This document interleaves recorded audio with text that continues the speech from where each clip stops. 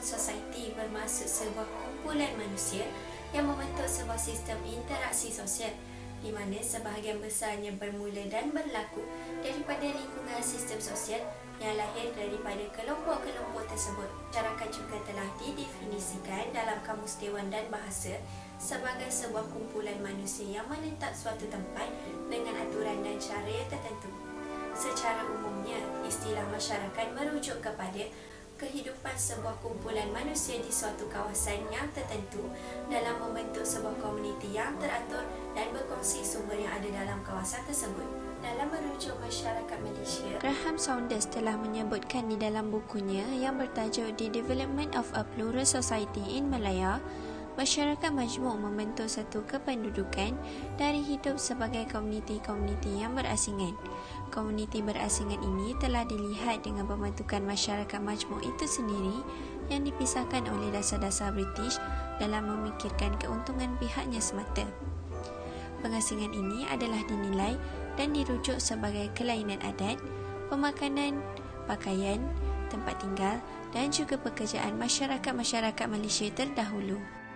Penerimaan kepelbagaian bahasa ibunda sebagai contohnya adalah sebagai satu usaha dalam menyokong dan mengambil kira keperluan setiap adat dan warisan yang perlu dikekalkan oleh setiap bangsa di Malaysia.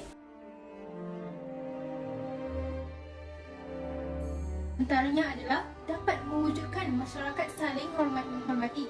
Pelbagaian bahasa ini dapat dilihat secara jelas di negara Malaysia kerana masyarakatnya yang terdiri daripada berbilang kaum. Namun pada masa ini, terdapat sesetengah individu yang memandang remeh dan kurang mementingkan kesedaran terhadap kewujudan bahasa kaum lain. Tersebut perlulah dihalang dan tidak diterapkan dalam diri masyarakat Malaysia. Kesan yang seterusnya adalah mampu menyatupadukan pelbagai kaum di Malaysia. Bahasa dan budaya saling bergantung antara satu sama lain disebabkan ia mampu meningkatkan tahap memahami kaum lain di samping menzahirkan rasa hormat terhadap adat resam pelbagai kaum. Seluruh rakyat Malaysia dapat disatukan sebagai bangsa Malaysia dan dapat membina jati diri mereka. Hal ini selari dengan ungkapan bahasa jiwa bangsa. Contoh, bahasa Melayu telah dijadikan sebagai bahasa rasmi di semua sekolah dan institusi pengajian. Hal ini dapat memupuk perpaduan dalam kalangan masyarakat. Di samping itu, ibu bapa juga tidak dihalang untuk menghantar anak-anak mereka sama ada ingin bersekolah di sekolah kebangsaan, sekolah Cina maupun sekolah Tamil. Maka pada hari ini, ramai ibu bapa yang menghantar anak mereka ke sekolah yang menggabungkan pelbagai bangsa dan bahasa supaya akhirnya nanti anak-anak mereka dapat berinteraksi dan menggunakan bahasa-bahasa lain dalam kehidupan mereka.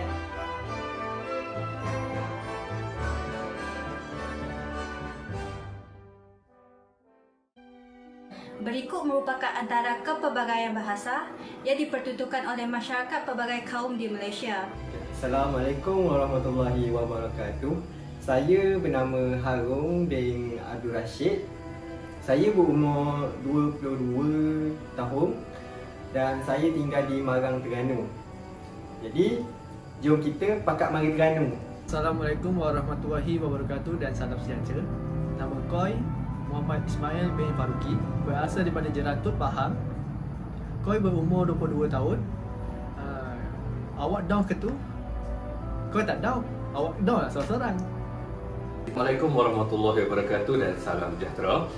Nama kami Idris bin Latif, umur 21, berasal dari Kota Baru, Kelantan. Okey, set kita, cara kita. 嗨，大家好，我名字叫 Vanessa Dalana Roslan， 今年已经22岁，来自斯里街沙瓦。 வணக்கம், என் பெயர் சந்தியா, எனக்கு 23 வயது, நான் ஜோஹர் மாநிலத்திலிருந்து வருகிறேன். நன்றி.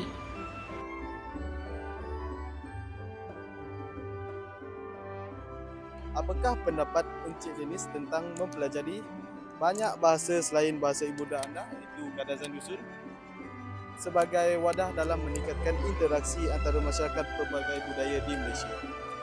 Okey, melalui pendapat saya, kalau kita menguasai bahasa-bahasa lain, contoh kita selain bahasa ibunda, kita juga menguasai bahasa Melayu, mungkin bahasa Inggeris, mungkin Mandarin. Bahasa ini menguatkan kita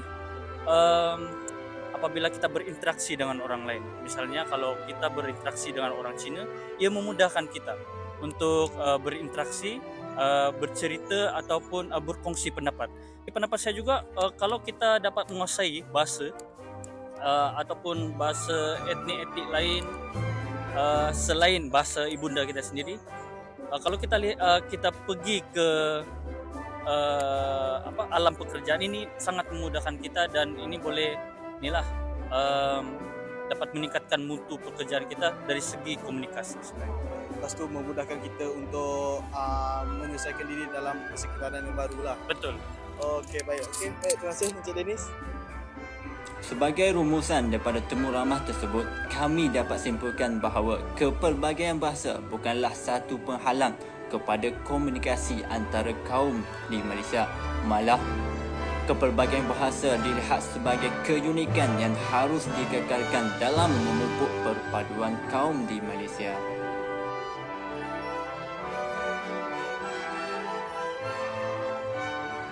Malaysia sememangnya sebuah negara majmuk yang dihuni oleh berbagai bangsa, agama dan budaya.